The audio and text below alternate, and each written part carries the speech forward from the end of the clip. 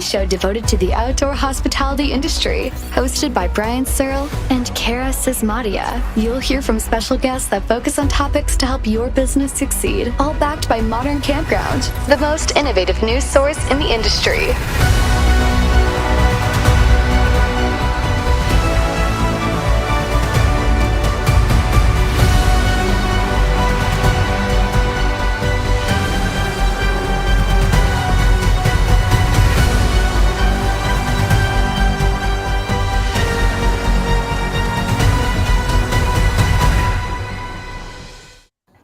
What's up, everybody? Welcome to another episode of MC Fireside Chats by the fire this week once again, because it's cold here in Canada still, even though it's April.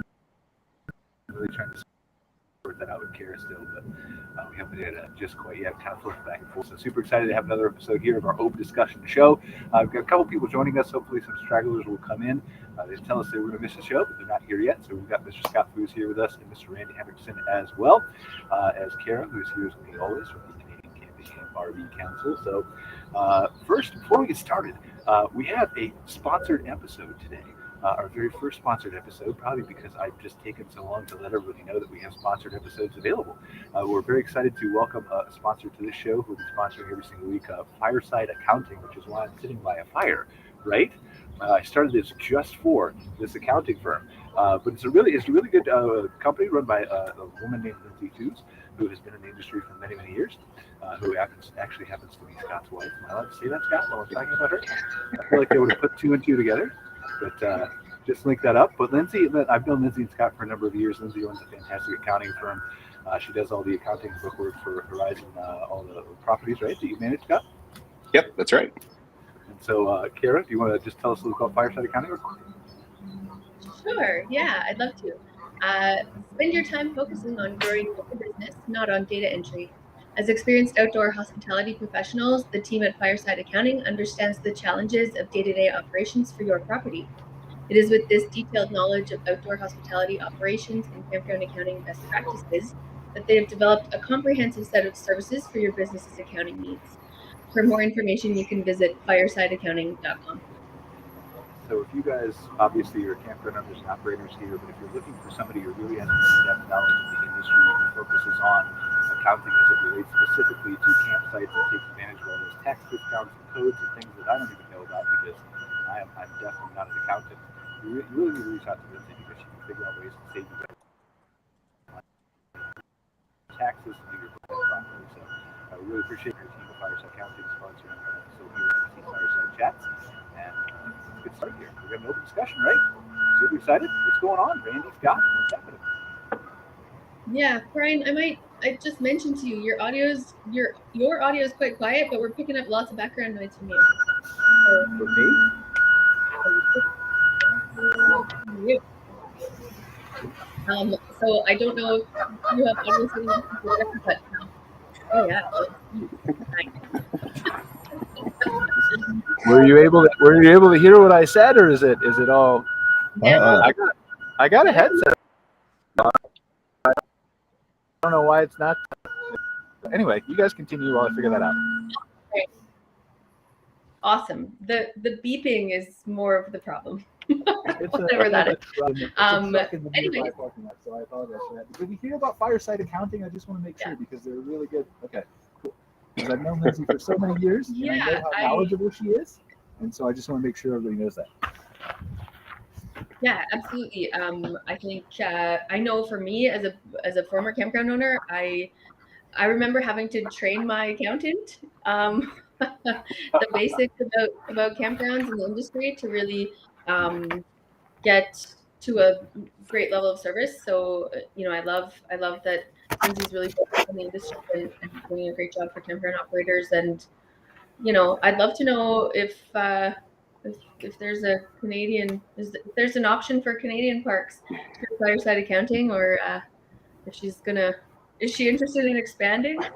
We're gonna have to have her. We're gonna have to have her on the show one time to talk about it, right? Yeah. Yeah, I would love that. That would be really great. I think it's a big kind of missing niche here in Canada, specifically in this industry.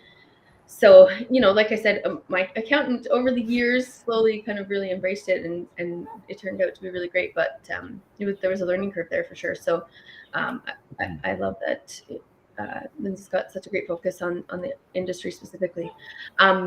I'm interested to hear, Scott, you mentioned that you are doing like job fair stuff and some cool things right now. Give us an update about what you're up to.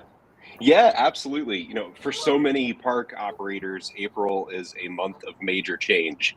The snowbird properties are winding down their seasons. Our northern properties are coming out of hibernation, and we're staffing up. We are setting up properties. Today, I'm in northern New England, in New Hampshire. We have a few properties up here that we manage, and it's the time of year to start hiring local teams. So we are this year we're trying something new. We're hosting a job fair over a couple of days here, and tapping into the local community who embraces and supports and is very used to seasonal tourist demand and all of the work that goes along with that.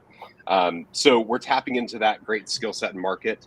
It's been very successful, thankfully. It's been hard to hire almost everywhere. So we know that guests expect a great experience, and we want to hit that. We also know that guests are being very patient right now, knowing that with everything right now that it's difficult to hit the mark on so many different levels. So we're busy this month, not just with staffing, but placing bulk orders for things like chlorine and stocking up on supplies for things that are only going to continue to increase in costs that we need for the season.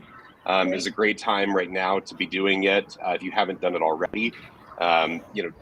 Getting our parks de-winterized as well and ready. There's just so much work that's involved with that. It's, as I know so many operators can resonate with. I was at the Northeast Campground Association conference in Boston 3 weeks ago, and talking with many of the seasonal operators there that was kind of the last chance they had to break away before they are locked in for the next 6 months. Yep, absolutely. It's always an exciting time in the industry, but it's busy and hectic. The job fair thing. Did you mention? I think I caught that this is your first time. You haven't explored that before. No, we have not. We have not had the need to do that before. And with a demand for work campers at an all-time high, we have increased hourly wages by at least $2 to $3 more than we were paying last year, which was increased several dollars over the year before. So wages have moved significantly, and that has helped. But there are only so many work campers out there, and there are so many. With parks being so much busier than they ever have been, we just need more folks to keep that experience level where we want it to be. So we thought about the job fair route this year.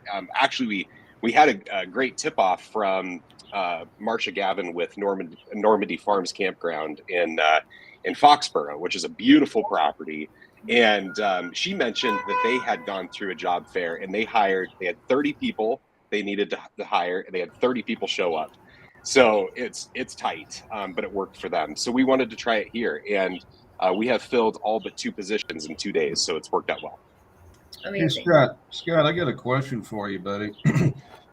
Excuse me. Everybody has been talking for a long time, and we've been talking on this show for a long time. People are hard to find. It's just hard to find enough people that want to work. But then you've got the further thing in a experience-rich industry, as Horizon excels in so well. How do you not only find the bodies, but find the right cultural fit for your company to give the best service? Because there's step one, right? Just to get people to show up. But then what are your criteria to find those really good experiential hospitality profiles? We listen for the smile in their voice. You're hiring the personality. You're hiring someone that you want to talk to and spend time with. If they don't have the skill sets that might be required, we can teach those. And we have a platform, an online learning management system that allows folks that might not have any experience to go through training on day one to really learn how to check people in and use the systems and that sort of thing. So we'd rather find people that have that smile in their voice, that care, which can be very difficult. But you can't teach people to care. You do or you don't. And it can be extremely challenging. We don't hit the mark every time, but it has worked relatively well for us. Yeah, that sounds right. Skills can be acquired, as you said. Experience, quite frankly, sometimes can mean they've been making the same mistakes for so long that they're no longer coachable. That's unfortunately, that's the flip side of experience. But I completely agree with you. Having that care gene or that care part of the personality, you're born with it. It's really hard to teach that. It's either part of who you are or it is not. So kudos. I know you do a fantastic job getting great people. Oh, thank you. Yes, so far so good. And we're really excited. The guests, the team that's coming together at our properties all have this idea that this season's going to be record breaking despite fuel prices, despite economy woes. And instead of being overwhelmed by it, most everyone is empowered by it. They're energized by it. This is why we're in this business, is to make vacations memories and create these experiences. So finding those people that have that care gene only makes it more infectious so that everybody can pull through those crazy days together, preparing for the season and then actually going through the season as well. I imagine it also contributes to this really positive environment that I would hope facilitates like return staff. Like, do you have big turnover, or do you see the same work campers coming back season after season? Yeah, we thankfully we do have a lot of returning work campers. There is always some the work campers they got into full-time RVing for a reason. They want to experience new areas, so that can be difficult to keep people coming back year over year. But we're very fortunate in that we have a portfolio of properties that we manage that they can travel around in between. So we have an internal way for folks to understand opportunities of the properties for the next season. And they already know our systems and policies and that sort of thing. So that certainly has helped. Yeah, that's a huge advantage. I think it would be valuable. A couple of campgrounds last year, I think, up here in Canada kind of partnered up because they had work campers who were keen to see other parts of the country. And so they did kind of a trade. That's and I great. really like the idea. Yeah, I think kind of continuing to spearhead stuff like that is really just collaborative and supportive of each other, but also kind of solves one of our biggest hurdles we're facing right now, for sure. Yeah, absolutely. And I will say, just throwing this out there as well, that what I posted on LinkedIn a day or two ago, that we're looking for recruitment services as well for general manager level positions, corporate positions. And there seems to be there's a number of great job boards out there, and there's a number of great opportunities for folks to look at available jobs, but it seems to be very scattered. There doesn't seem to be a central location where that can be set up. So if someone were able to spend the time and resources to create that, that would be time well spent to have a more centralized location for job board postings, but then also maybe layer in recruitment services on top of that. Yeah, well, we've actually just launched one at CCRVC, a jobs board, specifically for Canadian campgrounds to post positions and openings and availability. And then we kind of connect them with applicants and things like that, obviously with the help of Brian, who does all our web development stuff. But we're hoping to kind of mirror those listings in the respective provinces as well to get those listings more exposure. But I mean, we definitely have to approach the staffing thing from lots of angles, I think, to help alleviate some of that strain this year, as we see, record camping and not enough bodies in parks. Yes. Yeah. Yeah, I think also the evolution of the job board itself has evolved quite a bit, in particular just the last few years, certainly the last several, but the last couple in particular, because there's a need to attract good people from sister industries like the hotel industry or what have you like that. And there's more specialization as more intelligent capital comes in. The operational requirements are quite a bit higher. So they're looking for a higher quality candidate.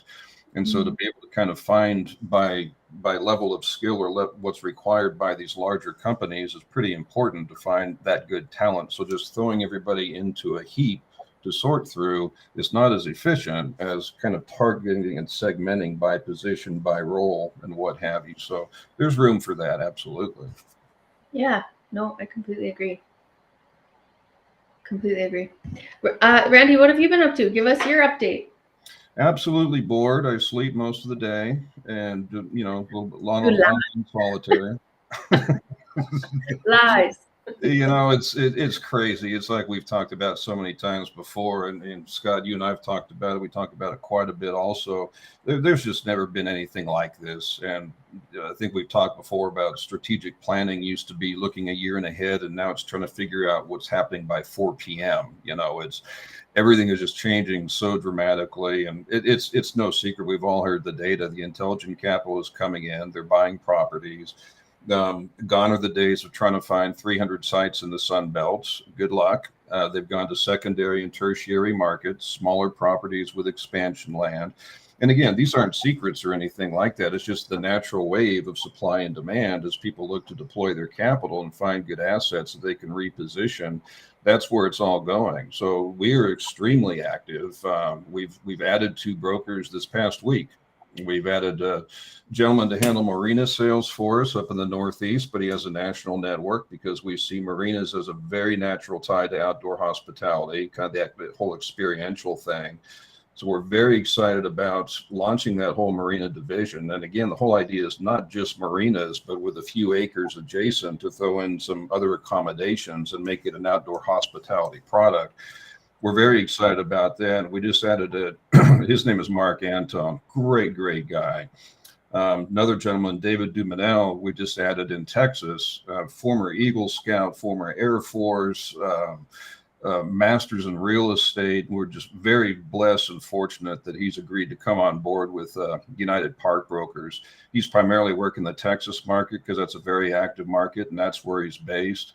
But, you know, Scott, to your point, and I know we've had this conversation many times over the years, you're only as good as who you have working with you. And very conspicuously saying working with you and not working for you, right? Because there just isn't that delineation where team members with different roles and different aptitudes. Everybody on the UPB team has a unique skill that we all play off of one another.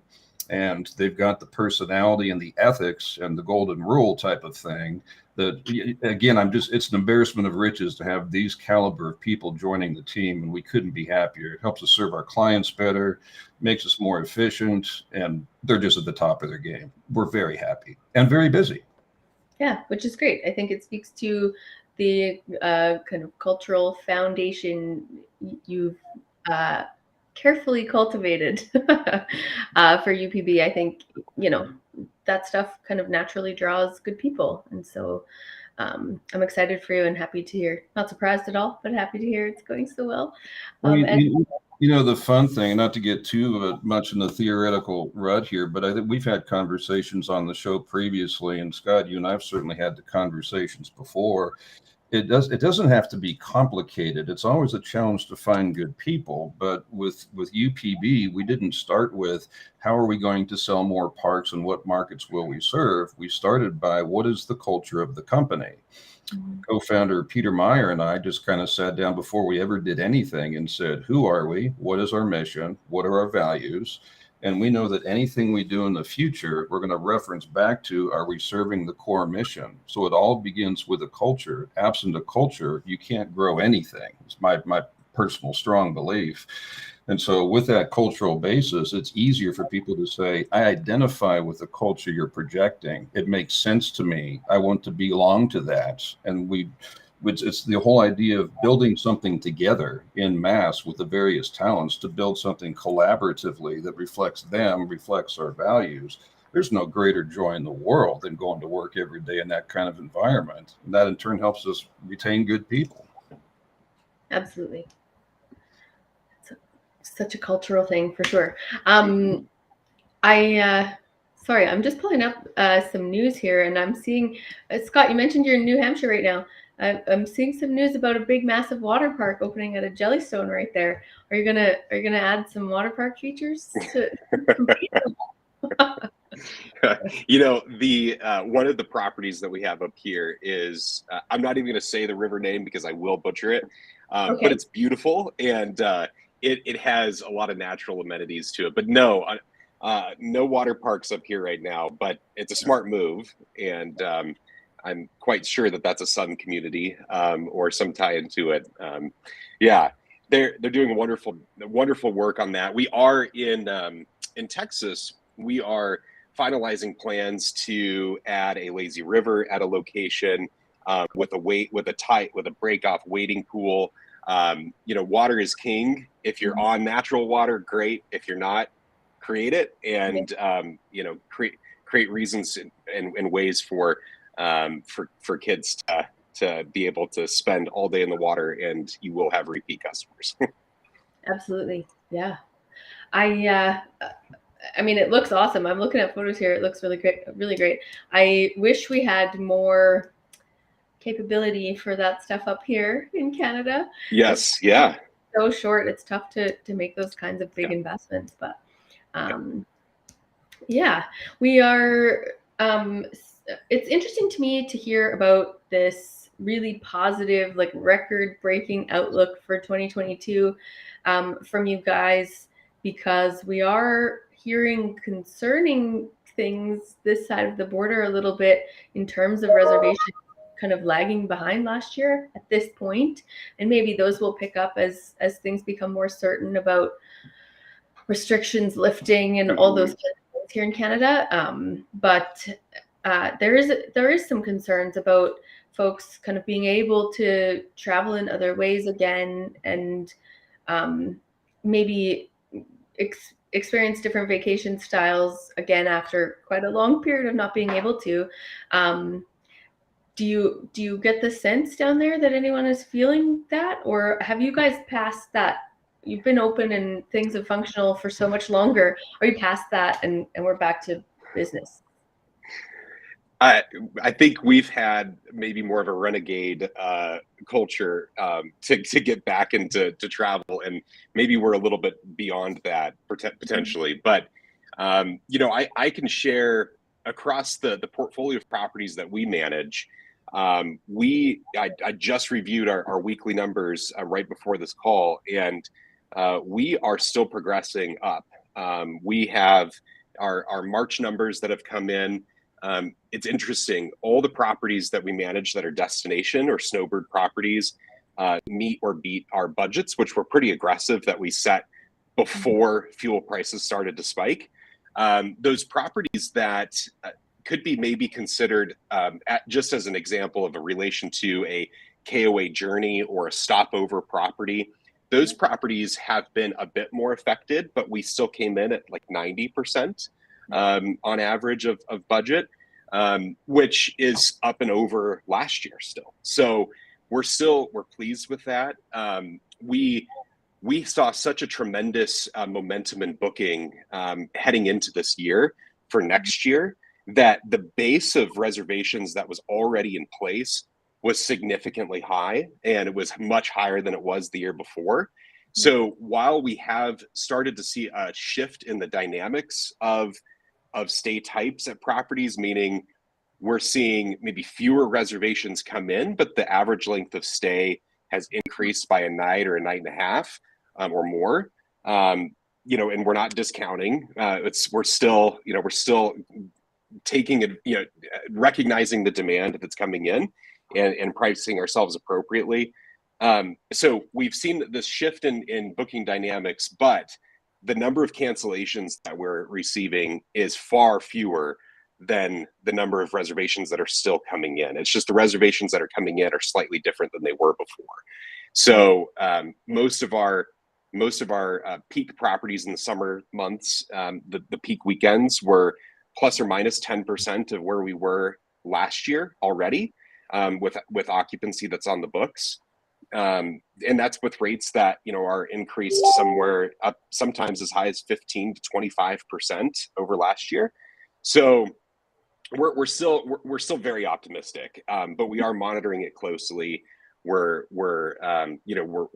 really monitoring those journey type properties, the overnight properties, to see how they're being affected. I think they'll be affected the most. Yeah, no, I agree. I think, well, it's always interesting to me to kind of pay attention to what's happening down there, because we kind of sort of follow behind you guys a little bit. So, I like to pay attention and stay on top of it. And, I'm hopeful that people are kind of just biding time to book, because it's still, it's early in the season. We don't know what's happening with gas prices. And that, once summer comes around and folks are ready to, put their equipment back to use and all of that, get out of storage, that things will pick up. I think there's areas of the country that kind of almost never have concerns. They book out and long in advance and all of that. And so I think we do need to potentially get creative about just sustaining this extreme level of interest and enjoyment specific to camping in that we've had in the last couple of years. And I don't know exactly what that will look like. It's going to take some creativity, I think, but overall, given RV sales, they got to keep camping, right? We've got to keep them camping. You see, excuse me, that's the thing. Going back into my distant past, every time there was a fuel issue or fuel spike, we had some of our best years.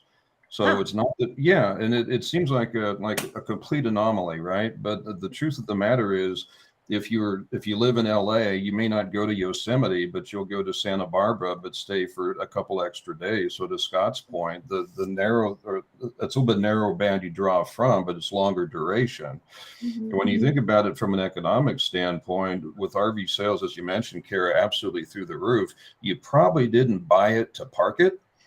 And it ends up being the incremental. So what I mean by that is, if you were going to travel at, just call it $4 a gallon, are you going to stay home because it's $5 a gallon? It's the $1 incremental, right? Yeah. If you're going to spend $4, don't you spend the extra buck and whatever? If you just don't, if you go 100 miles versus 400 miles, you see what I mean? I mean, you didn't buy it to park it. You bought it to use it. So I personally don't worry that much about fuel prices. It's not fun as a consumer. Inflation's no fun.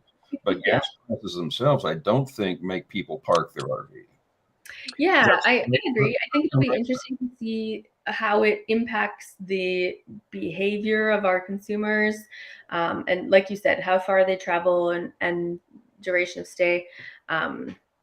It's I think one of our biggest hurdles in Canada is we're kind of missing the fundamental framework to really measure those metrics.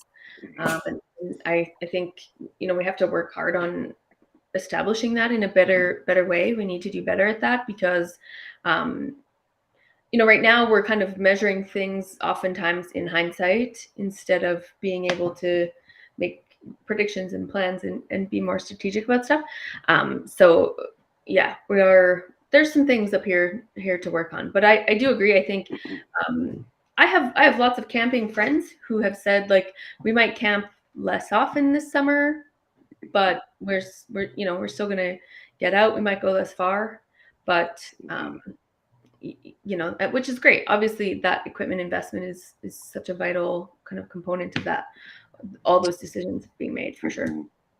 And Cara, one thing that I wanted to mention too, when you talked about Canadian bookings maybe being a bit slower this year compared to last year, the other thing we're hearing on the far opposite side of the United States, in the Sunbelt states, is that those guests are staying longer. And we have at those snowbird properties that we manage, we have guests that have extended another month. So it'll be interesting to see how northern US and Canadian properties are impacted by maybe having a slightly delayed start to their season, potentially by folks that are staying put, waiting to see what gas prices are going to do. They're taking their time. I'm also, we're tied into a large influencer marketing network of full-time families, and we're hearing directly from them saying, we are traveling much slower. We're taking our time. We're breaking up the expense of long trips into, if something would have taken us a week to travel, we're going to make it a month's journey, which is good for us because they're spending more time at our properties. Yep. And that trickle down kind of domino effect. Oh, yes, I can hear you. Yes. Hello. Hey, it actually worked. Okay, sorry. Continue. You're doing a great job without me. I don't even need to be here. Yeah. We have a comment from Jacob. Randy, do you think that fuel prices will affect the commuter parks? Ones that usually get their business from people that aren't using them as their final destinations. I think perhaps, but I think again it goes back to, you're going to keep traveling. Some people may not travel quite as much as they did. They might travel a shorter distance. I don't think commuter parks are really going to, by what I'm understanding by the definition of commuter park, I don't think they're going to see some dramatic fall off. You've also got some other dynamic happening there too. If you've got a trend line like this of new RVers that are buying new RVs and whatnot, and a few of those decide it's just too expensive, inflation's too much, I'm not going to do it, you still have the preponderance of a huge net influx of new travelers hitting the road. So even if some are going to stay home and not travel as far, or maybe just park it for a little while, you've still got the confluence of a massive amount of people who are new RV consumers and new campers to help buoy some of that. So I really don't see a precipitous fall off in those type of in commuter parks or transient parks. I just don't see it. Travel habits will change, but I think, to Scott's point, and please correct me, Scott, if I'm wrong, and I probably am, but occupancy and rates probably don't get hit too much, but who your person is in the park is what changes, to your point. If somebody's staying longer, maybe not as many transient people, but your ADR and your occupancy probably even out. It's just a different consumer, a distance they've traveled to get to you, but they're still filling your park. Is that pretty much right? I totally agree with that. Absolutely. We're seeing it. Right on. And, something else to kind of think about with that too. I'm sorry, Cara. No. I was just going to say, folks are going to travel. They are going to, if they can afford to, they're going to travel. They're tired of being home. They're ready to get back to normalcy. As someone that spends way too much time in the air, I can tell you that ticket prices for airlines continue to scale up as well with fuel prices. Everyone's impacted by fuel prices. So if you're looking at a destination trip where you're going to jump on a plane and you may spend an extra $100 to $200 a ticket right now per person to get there, that far outweighs the cost of the additional fuel in your RV or your truck to get to the destination that you're going. And one last point that I would make with that too, just because we just had this conversation with a client who said, hey, I'm a little concerned about fuel prices. Should we decrease our rates or provide a fuel saver discount or something to try to attract people to come out? And the answer is absolutely not. Number one, let's think about it. If you decrease your rates by 10 or 15%, you may be creating a savings on average of $10 a night. If someone's going to stay with you for 3 or 4 nights, is that $30 or $40 that they might be saving really going to contribute much to the extra fuel costs on their trip overall? And is it really going to convince them to come and still choose this more affordable vacation option over either still getting in a car and driving somewhere or hopping on a plane and flying somewhere? It's still the affordability analysis of camping, even with rates at sky high, record breaking numbers as they should be. It's still a more affordable vacation option. So don't be ashamed of your rates. So I want to play if you guys can hear me, I want to play devil's advocate for a second. I was trying to earlier, but none of my mics apparently work. This is the 4th one I tried. We can hear you. So I will play devil's advocate on rates. First off, I agree with you. You don't cut your rates. But 2, is there, and this is just speculation, is there time where if inflation continues to go down the trajectory it goes down, whether it's just with gas prices or with everything as we're seeing now with food and all the things, everybody's expenses are going up everywhere. Is there a point in time that obviously I think we've all least I think that our industry is pretty much recession proof. We've been through 2008. I think people just changed their behaviors and all those kinds of things. We've already hashed that out. But is there a point where to get people to camp more local and more often, that prices go up enough to where you do have to consider discounts, or is that never a thing? I think you and my answer to that, and I'd be curious what Randy thinks as well, because I'm sure he's got something churning in there, is I really truly believe that guests will evaluate the overall price of vacation options. And when they still see that we are half as much as the hotel room nearby, if that, on average, we're still a more affordable vacation option. The value proposition is kind of built in to the industry. So I still don't see a point at which point it makes sense to discount rates. Now, if you are at a property that is, 3 or 4 hours from the nearest major metro, and your bookings are potentially much slower, you could explore opportunities for providing not a discount in rate, but if you have a storage area that or an area that could be used for storage, where maybe you provide an incentive for folks to drive the motorhome up, leave it there, and put it on a site when you're ready to come up one weekend, put it off, and you're saving the money of having to transport your RV from your home location. So that might be something to consider as well. I think there are other opportunities, if needed, other than discounting rates. Yeah, I would agree, and just to mirror some of that, Scott, you can't give a blanket answer for every park. It's just not possible, because everybody knows their own park, their own demographics, their own location, their own challenges better than anybody else does.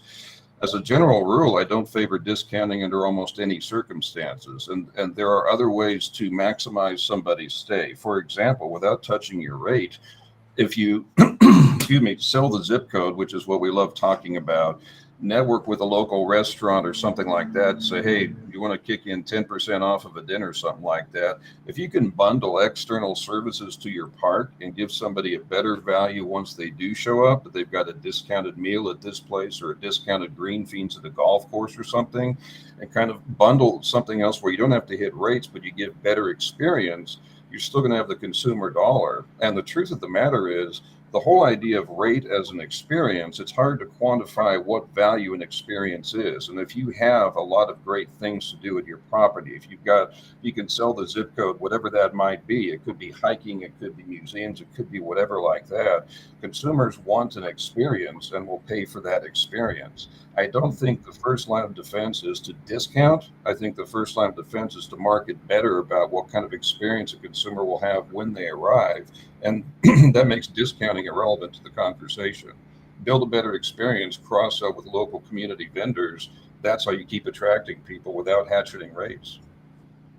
Well, I think I tend to agree with you completely. I just wanted to play devil's advocate there for a second, right? And now my dog is going to bark at me in the background because we just need one more thing to go noisy and wrong with the show today.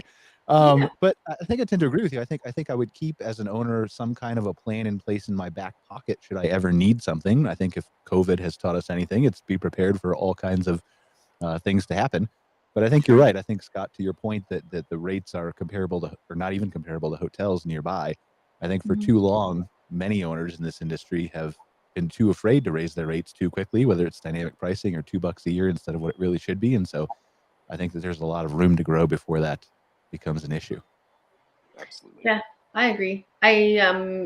There's a couple comments here in the thread. Jacob saying, great point on flight costs. Our team drove 22 hours from Edmonton to Colorado because it was cheaper than flying, even with the gas prices. And then CJ Sense says, good job, Scott. I was about to mention that storage, if you have it, is a good way to get people to come leave them out at home. I'll travel trailer and come back 2 or 3 weeks later. So, that was a great strategy that I used. You were able to leave your unit there and come back. I had lots of snowbirds who spent the winters in Arizona and left their RVs with me over the winter. And those were great ways to kind of provide an extra level of service and really, I think adding convenience really helps justify your rates. Absolutely. Mm-hmm. And I would say that if you're not going to move your rates, which you shouldn't, downwards anyways, the guests are spending more of their money out of their pocket to come stay with you. The experience has to be on point. You have to, and as an industry, by focusing on creating the great guest experience and emphasizing in all the wonderful ways that our industry is so unique, we will retain a higher share of those first-time RVers. They will stay with us longer. And as an industry, we really have to focus on lifting each other up to support the guest experience standard and increase what that standard really means, so that when they show up and they've spent $500 filling their one tank of gas to come see you, it needs to be worth it for them. It always has been, but now more than ever. Yeah. I do want to tie these things together real quickly, because we were talking about jobs in the beginning and the job fair and stuff like that. And now we're talking about, gas prices and discounting. Is there a point in time where you're like, we talked about owners kind of be slow walking their rate increases, being slow to adopt dynamic pricing and lot fees and things like that help them increase revenue? Is there a point in time where this competition to hire people, and thus raising wages and increasing costs at your park, is there a point in time where it forces you to raise your rates faster than you otherwise might have? Absolutely. Yeah, I think,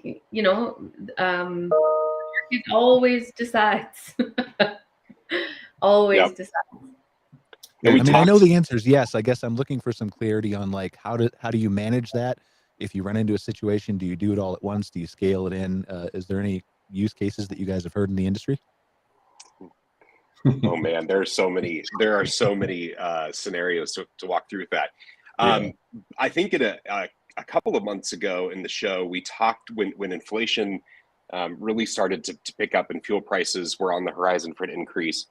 We talked about making sure that you're tracking your cost per occupied site and being very diligent to understand all of the operating expenses that are associated with your operation and how much it costs you per occupied site during that time frame to offer the service you did.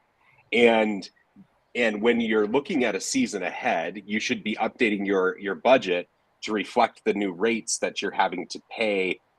You're having to pay labor and talent to support the operation, and continually update your budget forecast so that you're staying ahead of what you think those expenses are going to be in the months ahead that you are forecasting for, and track those projected occupied nights that you think you're going to hit, and make sure that you're doing that calculation of your total operating expenses divided by the occupied sites or the occupied site nights, to track that cost per occupied site.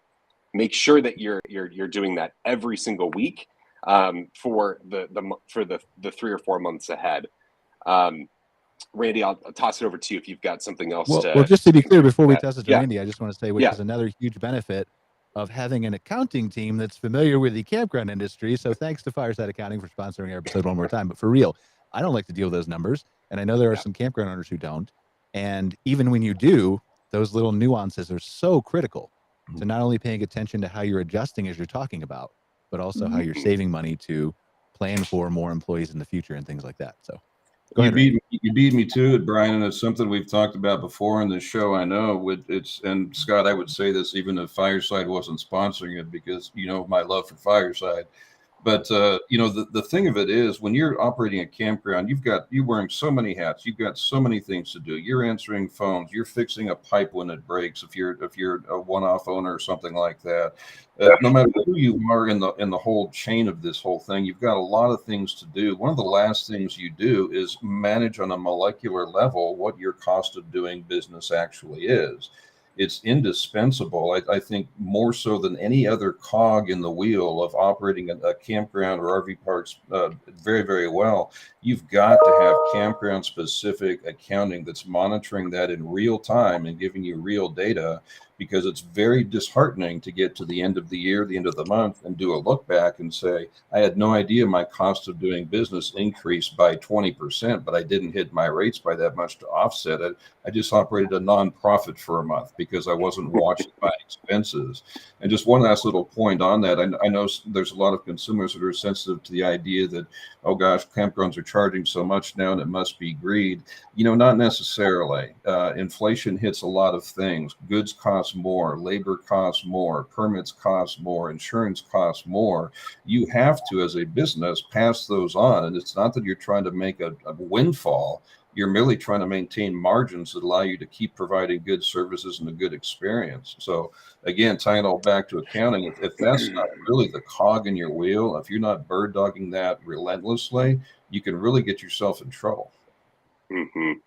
And I would say too, in terms of how you, if you recognize that you need to increase your rates to keep up with your expenses, it really depends on the type of property that you operate and how you go about doing that. And what I mean specifically is, if you operate an extended stay focused property where perhaps 70, 80 or more % of your overall business is extended stay, 30 days or longer, you need to be much more mindful, number one, of any sort of stipulations that might be pertaining to your operation from a local code or municipality or something. There shouldn't be, but make sure that you're tracking how often you're increasing.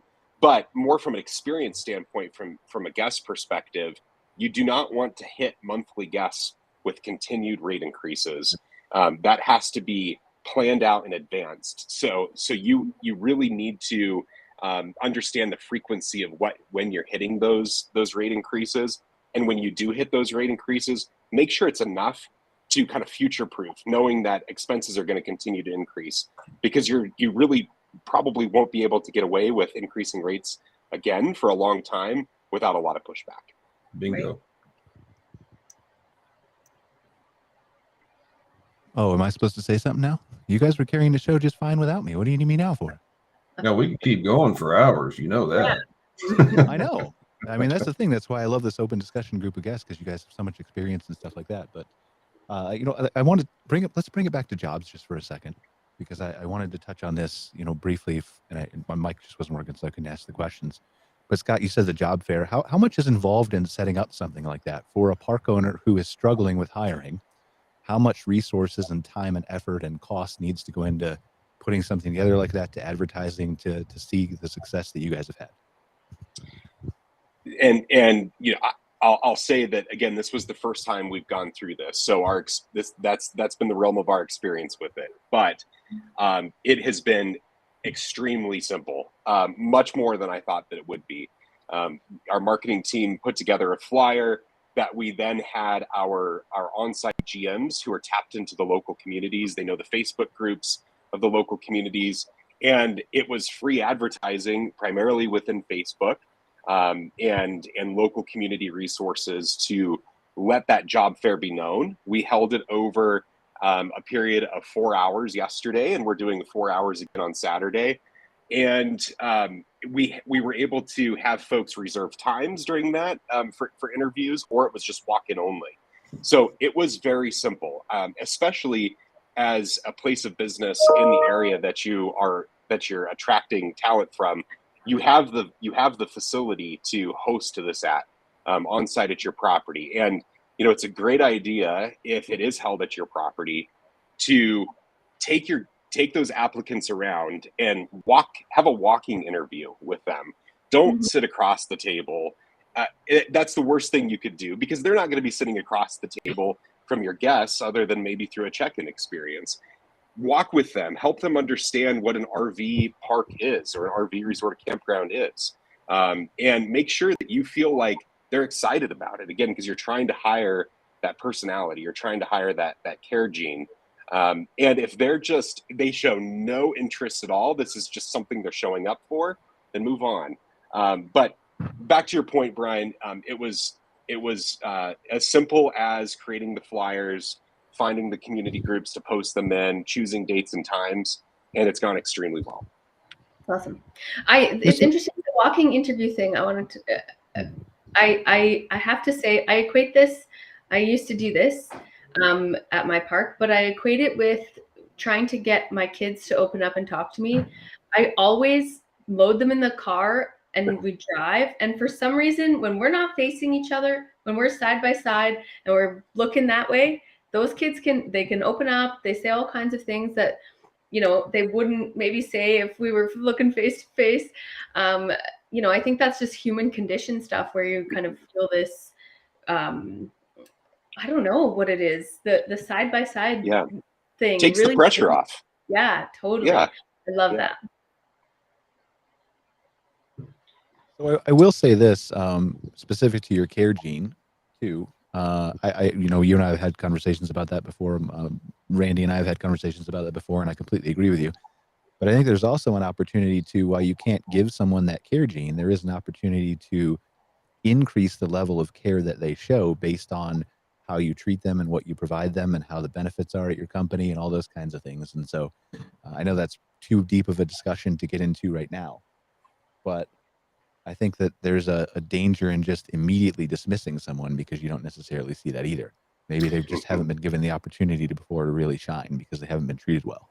It's an important thing, Brian, and there's actually a subtlety. You can teach hospitality skills, and there are scripts, and there are things you can highlight and coach on the dialogue. But I think the point is, at least from my perspective, if you have what we call the care gene, that becomes second nature, and you're inclined to do that sort of thing anyway, because when you're engaged like that, hospitality, you almost couldn't stop that from happening if you've got that sort of a personality in the care gene. You can teach the skills of hospitality. It's just a whole lot easier if they legitimately have, like Scott said, the smile in their voice and they're engaged and participating. Man, that's a great journey there. Yeah, it's so natural to us when we're in a kind of positive environment that's supportive and inherently collaborative and all of those things. Then that positivity just comes out in how we interact with each other, and it's infectious and contagious. It certainly is up to us as operators and owners and operators to foster those environments. It's worth every moment of the effort, for sure. And that's my thing. Like, I think I'm sorry, you're delayed a little bit, but I think that's part of my thing. Like, I'm just kind of playing devil's advocate here, right? So many things are changing, so many things are evolving. It is harder to hire people, but they're changing in such a rapid pace, not just for campground owners, but for small business owners in general. Like, I've had to adapt some of the benefits that I'm giving and how I interact with people, and not necessarily how I treat them, but how I treat them. In other words, like how I approach certain situations and things like that. And Right. So I think in some cases, maybe there just needs to be, and maybe this is something that all of us on this call and some other leaders in the industry perhaps need to work on, is, we've got this resource director in Modern Campground that talks about suppliers and businesses that provide these things. But just like kind of we did during the pandemic with Cara, where we and for other businesses, we created those graphics for social media that we provided for free on insiderperks.com. Maybe there's a way that we can create resources and templates and how-tos on how to do a job fair and how to hire people and what benefits to provide and where to go to get them. And I think that associations do a great job of doing that to a certain extent, but I think there are some gaps that can be filled in necessarily some places. You bet. Absolutely. I keep talking about Marsha with Normandy Farms.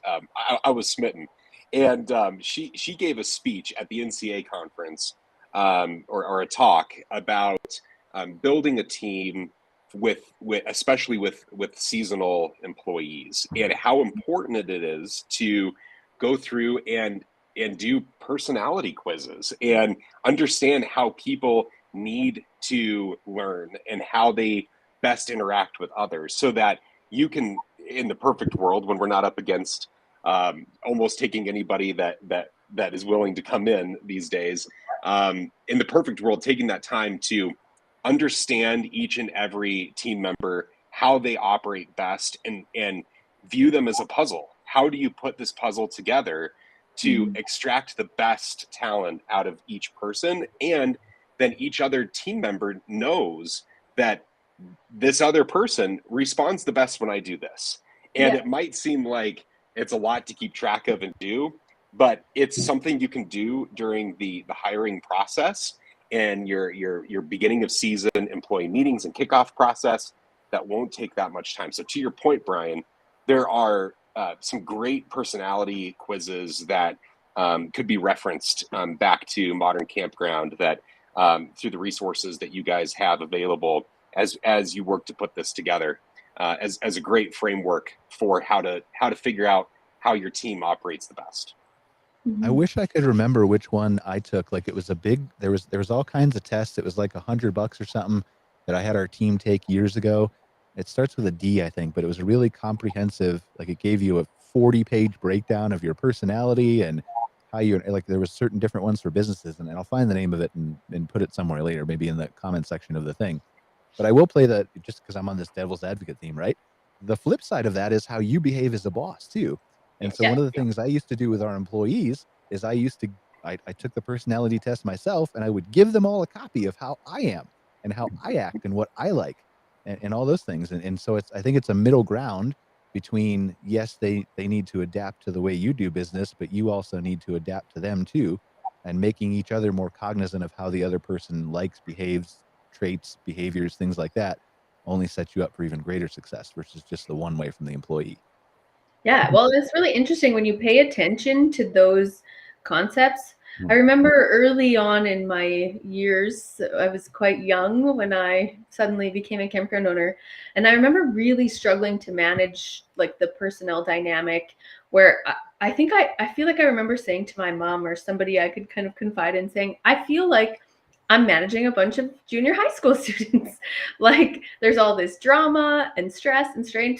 And then, over the next following couple of years, I started to try to address those things in different ways and pay more attention to the personality interactions and strategize around them. And it really, not only did it have an impact on like my daily stress level and herding the cats and things like that, but then also, I believe in our bottom line, we were able to just be more efficient and provide better guest service and so many things that were great outcomes of that.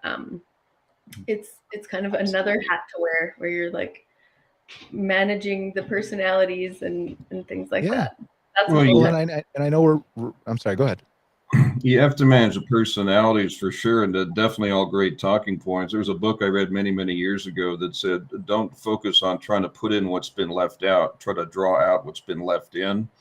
What are they best at and what are they good at, and foster that creativity. But, the other thing that's always been, I think, kind of elusive for a lot of folks is people, you could have the greatest RV resort in the world with great amenities and really, really cool. The employees don't necessarily stay there because you've got a great park. They stay based on the relationship they have with their immediate supervisor. So every level down the hiring tree has got to have that sort of relationship and empower the people that they work with in their charges. Because let's face it, we've probably all done it. We didn't quit because the company was bad. We couldn't handle our boss. So that kind of training throughout the organization is just absolutely critical. You got to care about your people. That's what I was going to say. Before we crossed paths, is we talked about, and I'm just going to close it out here because we got a couple more minutes before the show ends up. But the care gene is not just from an employee standpoint; it's from an employer standpoint too. Yes, and I've had to teach myself this over the years quite a bit, and sometimes I forget to remember to do this too. But it's amazing and astounding how far how are you doing today? We appreciate you. Tell me about what happened over your weekend. What happened with your kids in soccer game last night that you told me you were going to, that you needed to leave work 30 minutes for. It is stunning how far that goes. It's amazing. I think that's my biggest takeaway from being a campground owner was the level of self-awareness. The requirement for me to constantly look in the mirror and see all my flaws and be like, wow, I'm less awesome than I thought. We should fix that. It was a huge, it really impacted my own personal development so much. It's big mirror. And I know we got to go, but guess what else happens? That whole paradigm, Cara, that you just hit it really, really well. if your company or your organization or your park starts with a mission statement or a culture that you wish to embrace, and you reflect that outward, and you've got that care gene, you want your people to feel valued because you legitimately do care, guess what happens? That comes back to you. They also care about you. They care about your park. They're going to bring you ideas that maybe you didn't think of. They're going to think of ways to innovate to make it better. And isn't that a great place to go to work? Whether you're the boss, the employee, or whatever you want to call it, if you're part of that organization, that's a fun day. That's a good way to make it. Well, that's the thing. We talk about this struggle to hire, and it's always going to exist depending on how the economy goes up and down, and inflation and all the things that were unexpected, right? And it's hard from a small business owner standpoint to always, we've talked before about raising your rates and, you know, paying more benefits and doing things that cost you money out of your pocket that's already probably running on small margins in most cases as a small business owner. But these things, these ways that you can show employees that you care by asking them these questions, by doing the things that Randy and Scott have talked about, and so many more that we're not even talking about, are free. And if you can execute this strategy correctly, even if you're not giving the best benefits, if people know that you care and that they're going to be valued when they come to work and that you really, really appreciate what they're doing, you're going to get a lot more people banging down your door. That's right. Yep. Absolutely. And my final point would be to that too, Brian, is if you recognize that you've been in this business for 40 years and you're tired and, these guests just make you grumpy now, that's okay. It's okay to say, I'm no longer the person that should be leading this, and find that talent to be able to create that culture for you. Because if you don't have the culture, and if you can't or don't want to build it, that's okay. But find someone that will, because it's going to be paramount to your success. You bet. All right. Any final thoughts? I think that was a pretty good way to end it. That one was a good one. Yeah. Yeah, that was a pretty good one. So, okay. That Well, was thank fun. you guys all for joining us on MC Fireside Chats. Another episode in the books here. We want to thank our first sponsor ever, Fireside Accounting. Really appreciative of them. I know I kind of maybe messed it up in the beginning with my mic issues, but super grateful to have them and Lindsay and her team being a sponsor of this show. Again, we've talked throughout this show about numbers and the importance of things like that. You really can't put a price on what a good accounting team who knows this industry can do for you, both from a budgetary standpoint and all the things that we've discussed. So if you are a campground owner, you're watching the show, you're looking to save money, which I feel like there's no one who would say no to that, then maybe perhaps you want to pick up the phone and give Lindsay and her team a call at Fireside Accounting. But other than that, Cara, any last words? No, thanks guys for joining us. I always relish in the conversations I get to share with you, and love your perspectives and outlook on the industry, and already can't wait for next month's conversation. Likewise. All right. Thanks, Cara. Thanks, Brian. Join us next week. I believe we have the RV Share CEO on the show and a few other guests. So we're super excited about that show. And we are available as a podcast and all those kinds of things as well. So really appreciate you joining us for another episode. And we will see you guys next week. Take care. Thank you. Thanks for watching this episode of MC Fireside Chats, hosted by Brian Searl and Cara Csizmadia. Have a suggestion for a future show or want to see your campground or company as part of an episode? Email us at hello@moderncampground.com. Join us next week for another episode. And don't miss the latest outdoor hospitality news and commentary from around the world at moderncampground.com.